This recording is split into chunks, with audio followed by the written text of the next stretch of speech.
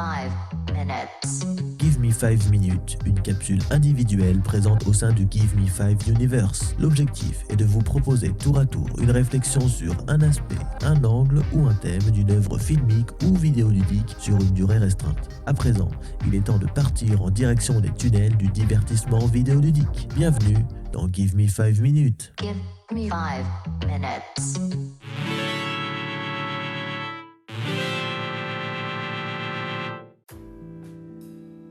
Bonjour et bienvenue dans ce 17e épisode de Give Me 5 Minutes. Et aujourd'hui, un épisode consacré à Out of Line. Out of Line est un soft de réflexion plateforme développé par Nerd Monkeys, un studio portugais indépendant qui n'en est pas son premier soft. L'équipe nous a déjà pondu un jeu de réflexion se déroulant dans l'univers du trafic routier, intitulé Trafix. Out of Line est édité par Atin Interactive, un éditeur indépendant ayant accompagné le lancement du jeu Tandem A Tale of Shadows.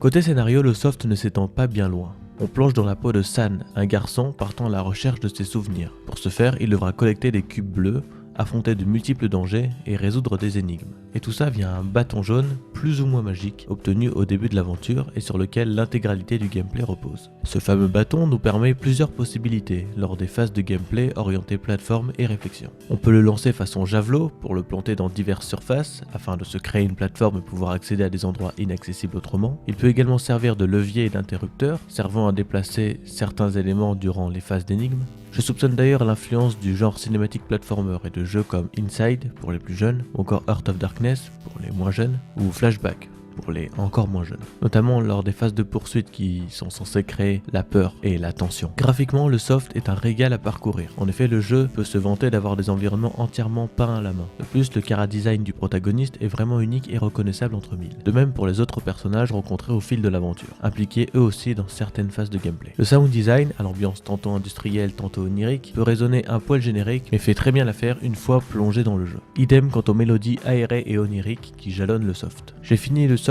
en un peu moins de 4 heures. À part pour récupérer les cubes bleus loupés durant l'aventure, la replay value reste faible à mes yeux. Le soft coûte actuellement 10,79€ sur goodoldgames.com. À vous de voir si ça vous tente.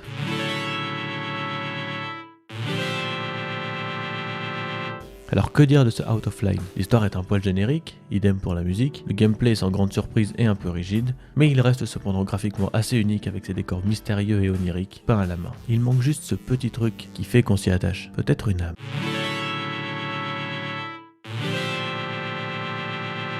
Merci à tous et à toutes d'avoir suivi ce Give Me 5 Minutes jusqu'au bout. Il est un peu plus court que d'habitude, je sais, et je ne pensais pas que ce jeu était si court. Ça m'apprendra à jouer à des jeux indépendants que personne ne connaît, faits par des studios très jeunes. Je devrais continuer de jouer à Horizon Zero Dawn. Mais le talks de la semaine prochaine devrait être bien plus long qu'à l'accoutumée, puisqu'on traitera avec Franck d'un créateur qui nous tient à cœur. Un indice, il porte des lunettes. Give me 5 minutes.